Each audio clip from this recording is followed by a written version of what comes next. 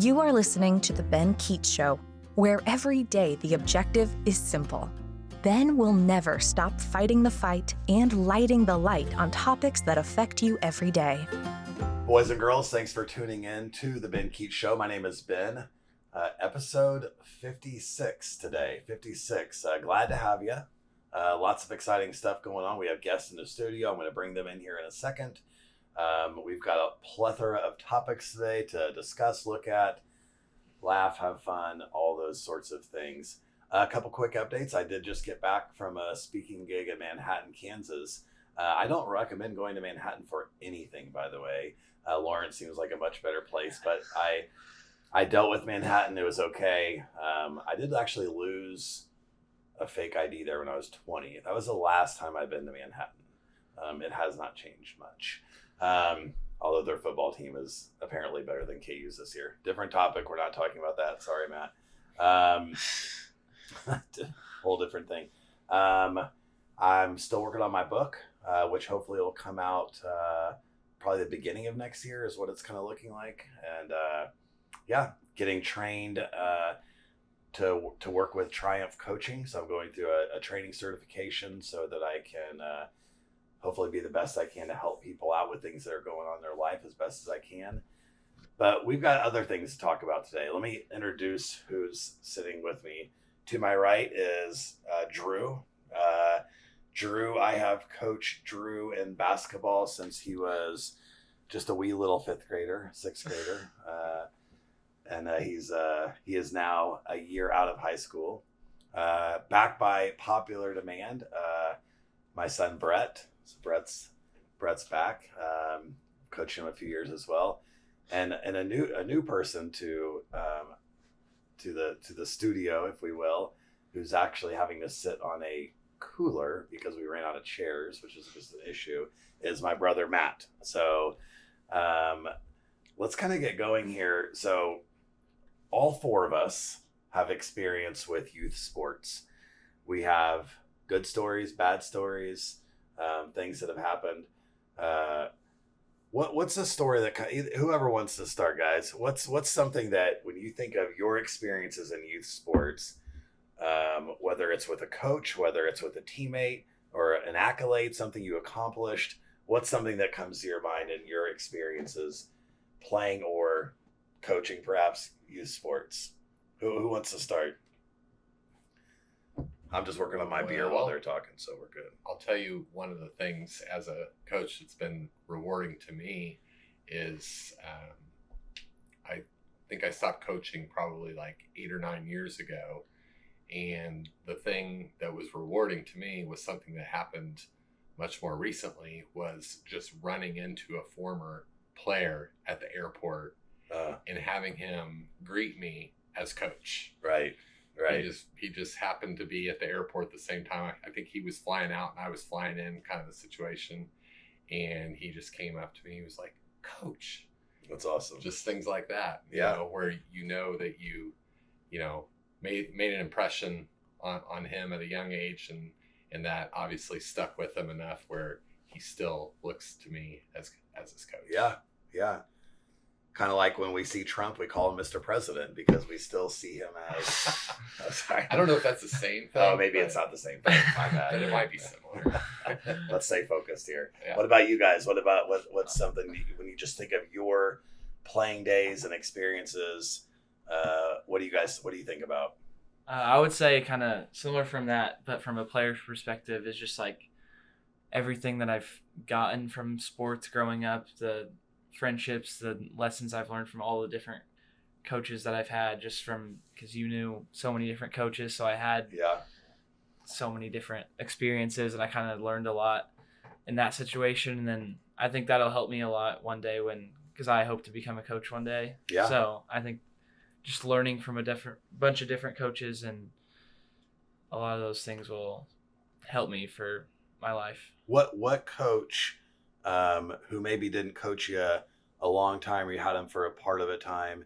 I know we talked about McFall before, so maybe not McFall, but what's a coach who throughout your years just had a that you kind of stands out, like maybe you haven't seen him in a while, but Who would stand out to you? I'd probably say Marco. Yeah. I mean, I don't probably coach me just skills and just random games or whatever it was for probably 5 or 6 years when I was younger, and he's always been one of my favorite coaches that I've ever had, and learned a lot about basketball from him. Yeah. Drew, let me ask you a different question, but it's kind of the same question. You've had good coaches and bad coaches, probably. What's characteristics of a good coach? What's characteristics of a bad coach? Characteristics of a good coach is like where like they take time in you, that they believe in you, and all that stuff. And then for a bad coach, I would say like he doesn't have faith in you, and like he doesn't give you a fair shot to other people and stuff. And those are my good and bad. So sounds like my dating experiences there, but you're talking about coaches. That's I got good. Oh boy, I got boys. Go on for a while there. Oh, not really. Just a little bookmark, just a little post-it note. Okay, so then let me ask you guys who have obviously been playing. Can you think of a game or a highlight that you'll tell your kids, you'll tell your grandkids what you did in this one game? Start with you, Bret. What would be like something you'll never forget in terms of you playing? I'd probably go to baseball for that one, actually. Nice. Okay. It was that game against that purple Futures team. We went to like the 12th inning or something, and it was the championship game, and we ran out of pitchers or something, and like I came in the last like 3 innings and just like I'd been pitching horrible that whole tournament, and then I just like came in the championship game, and then we ended up winning, and like I just remember celebrating a ton after that game, which I'll never forget that game. That was your baseball. Yeah, that's good. I didn't even think about that. What about you, Drew? I would say I'm going back to middle school during 8th grade. We played Indian Trail. It wasn't Indian Trail. It was Pioneer Trail. Okay. And we were up by 5 with 50 seconds left, and I caught the ball in the corner. And my coach is like, "Don't shoot it!" And I shot it anyway, and I made it. And we went by 8. And my coach is like, "Drew, like you're the first ever to shoot that shot in a close game," and all that stuff. And so I would say that was the clutchest moment because that was the game to go to the state finals. City, yeah. It's like the Southwind City. Is that something? That's an inside joke. The answer is no, but it's okay. Okay, so let's move So Matt, you've seen as a coach, you've seen different dynamics with teammates that work well together, those that don't. Like, what's some of the characteristics you've seen of just bad teammates, bad versus good, just in some of the players you've coached?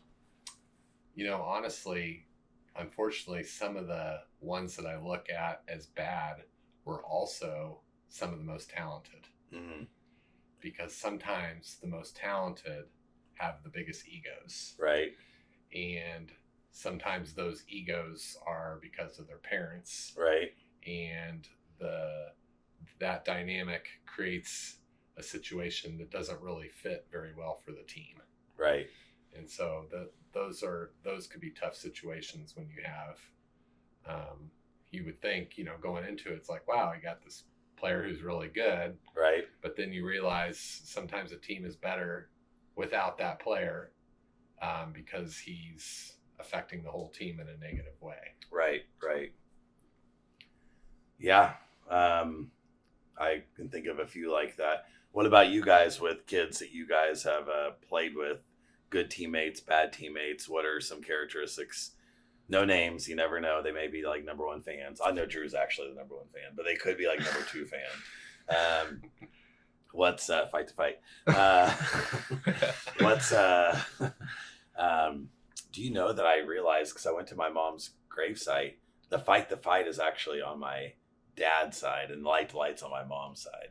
Anyway, but just for the records, my dad is still alive. We just know where he's going. He just has his anyway. That's okay. He's fighting the fight right now, still alive. He does not listen to the show. He reads books in his basement, so he won't know that we're talking about him. It's like a dungeon. Okay, so good teammates, bad teammates. What have you guys seen annoying, helpful? Like, what does that look like? I would say for a bad teammate, like going like they miss a lot of shots during the game. They're just like going like they're shooting bad shots, Right. like going over 10. Like you try to help them up, bring them up, and they're just like not listening to you. Right. And they're just like having an attitude and they're just not like locking in. Right. And for being a good teammate, I would say like if I missed a bunch of threes and like a good teammate would bring my head up and Right. build my confidence back up Right. and just to keep shooting. Yeah. And so I feel like those would be Right. good and bad. Maybe a good coach would take you out of the game. Maybe if you kept missing. No, I'm just kidding.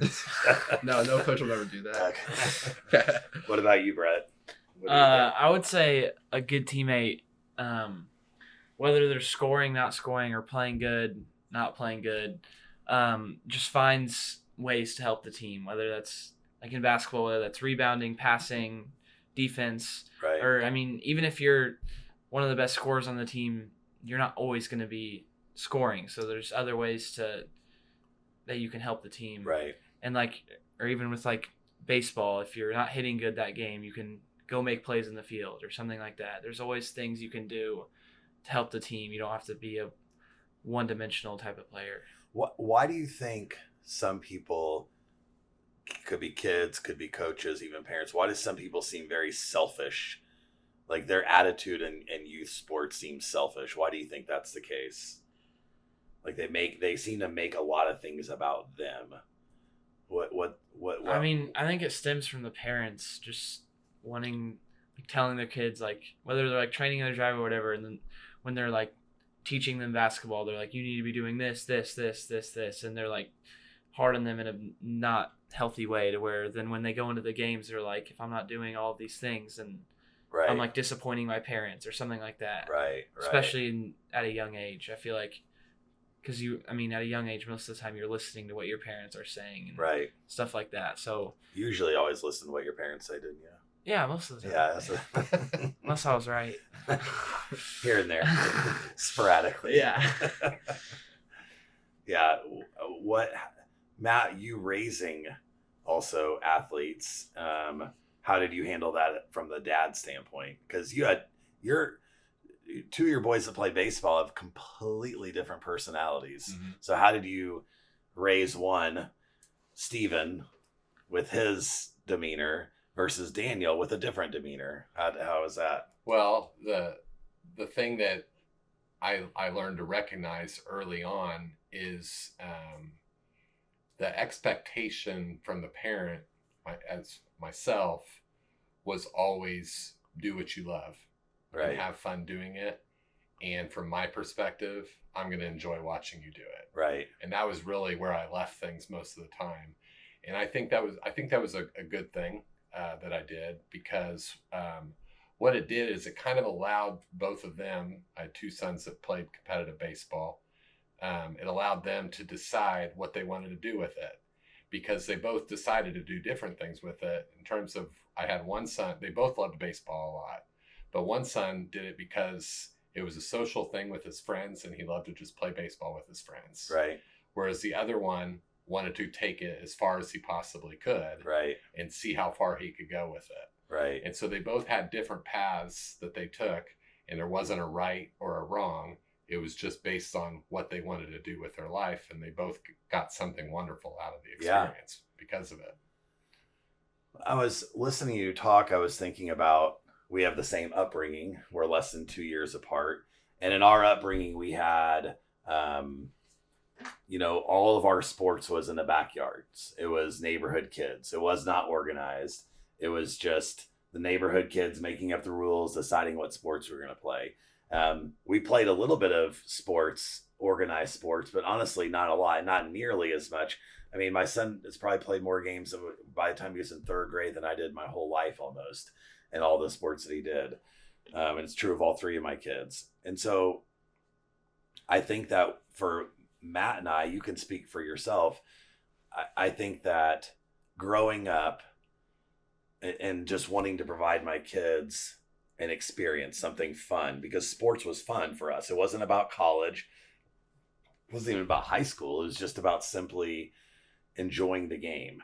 And so it didn't really matter to me a lot of those things, like he's got to get a scholarship, he's got to this. And, you know, I never had to like give them massive pep talks to do this better and make me proud of this. I was like, it just didn't matter. And I think growing up in a laid back environment, I still wanted some of that environment for my kids. I didn't want it to be a chore. What do you think? Do you think there's a connection with that? Absolutely a connection. I think that we took off our experience as kids and remembered those experiences. And even as we talked to kids that we played with when we were kids as adults and we have those conversations, there's just this joy that came with even having those conversations that I think that definitely rolled over to our own children and how we kind of approach sports, you know, in a way where it's like, hey, go enjoy it, go have fun, because these are experiences that you're going to remember when you're my age, when you're an adult. I think one of my favorite experiences was Bret's team, baseball team, 7 years old, 8 years old, a really super talented team. And I had a 1984 Ford, like beat up, bulky, we called it beater, I think, right? Yeah. And we just took the truck and I parked it between basically around the pitching mound area, because we were working on the kids hitting it up the middle off a machine. And so we just parked the truck, we rolled down the windows, and they just tattooed that truck. And of course, every time a kid hit a baseball off of the truck and it made the loud, you know, noise, and I mean, it was just the most fun practice watching it. It was just fun. It was a lot of fun. So yeah, definitely remember that. So what do you guys, okay, so you guys someday, you know, Lord willing, will have your own families, your own kids, your own things. Is there anything you will do different, or is there anything you want to do? Is there anything you'll do the same? Like, how do you feel like you'll be as dads someday to your boys and girls who want to play sports? I mean, I hope that my kids have a very similar sports situation that I do, if that's what they want. Right.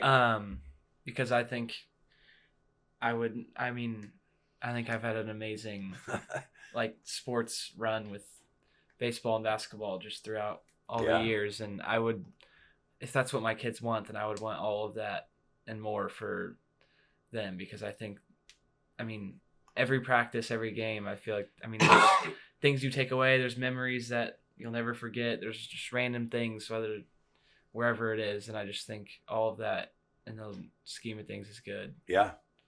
I agree with Brett. And I would want my kids to be like playing the same sports I did. But if one of my kids wants to go play another sport, go ahead. Go do good things in that sport. And I won't judge them. And it's just, Right. Yeah.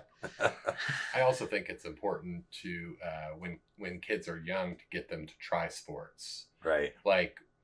Once they kind of find their way and what they like, that's certainly something that you let them do and enjoy. But when they're young and they're not sure of what they're good at, there's nothing worse than a kid with nothing to do.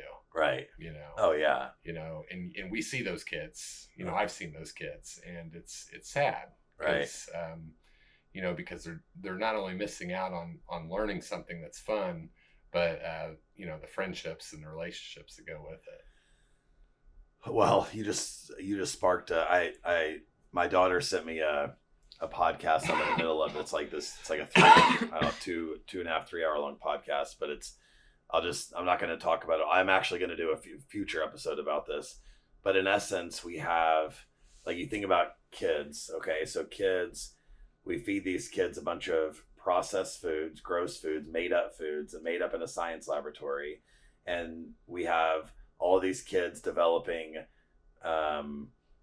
all sorts of, whether it's obesity, whether it's diabetes, our rates of autism are higher than ever. We just have these things going on okay? Whatever the cause is, we don't know, but there's something going on.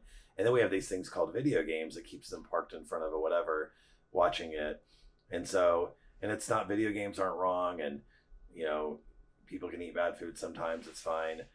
But I think there's a joy in like the purity of life. And I don't know, like, not just like good, healthy, natural food, but just like getting outside, playing, interacting with people, just getting sunlight, you know. And I think we have, unfortunately, we have kids doing nothing.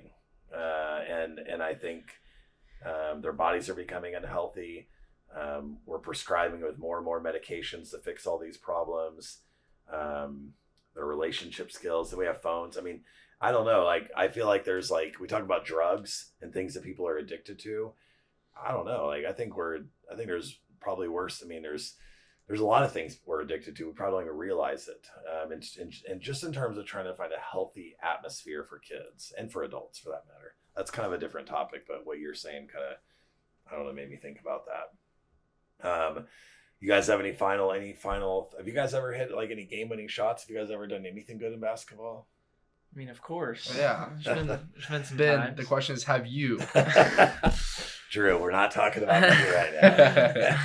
Yeah, you're going to make me speechless all of a sudden. I have nothing. This concludes episode 56. Thank you for joining today. No, I have seen both of these guys hit game-winning shot after game, even this year in that summer game. Like crazy. How did you not say that? He's like 35, 40 feet away, just throws up a dagger, like falling out of bounds, a guy in his face. So he picked some random middle school story. I'm like, I've seen him do like 10 shots better than whatever that was. But I'm glad that was your memory, Drew. That's fine. But anyway, any final thoughts from you guys on this topic? Anything else? I've never hit a game-winning shot, so yeah, it's okay. That's why we coach. Folks, thanks for tuning in to this episode about just youth sports and some of our experiences. It was fun talking to you guys. I need to get another beer, but I've enjoyed my time. I do not drink beer when I coach. Don't worry. But thanks for watching. Hey guys, go to the YouTube channel and click the thing that says subscribe. It's like this, and magic things happen when you do that. So just give it a try. Thanks for tuning in. Have a great day. Bye. Thank you so much for listening. Let's keep the conversation going. You can reach out on Ben's website, www.benkeechshow.com, or on social media to chat. And please remember to subscribe so that you never miss an episode.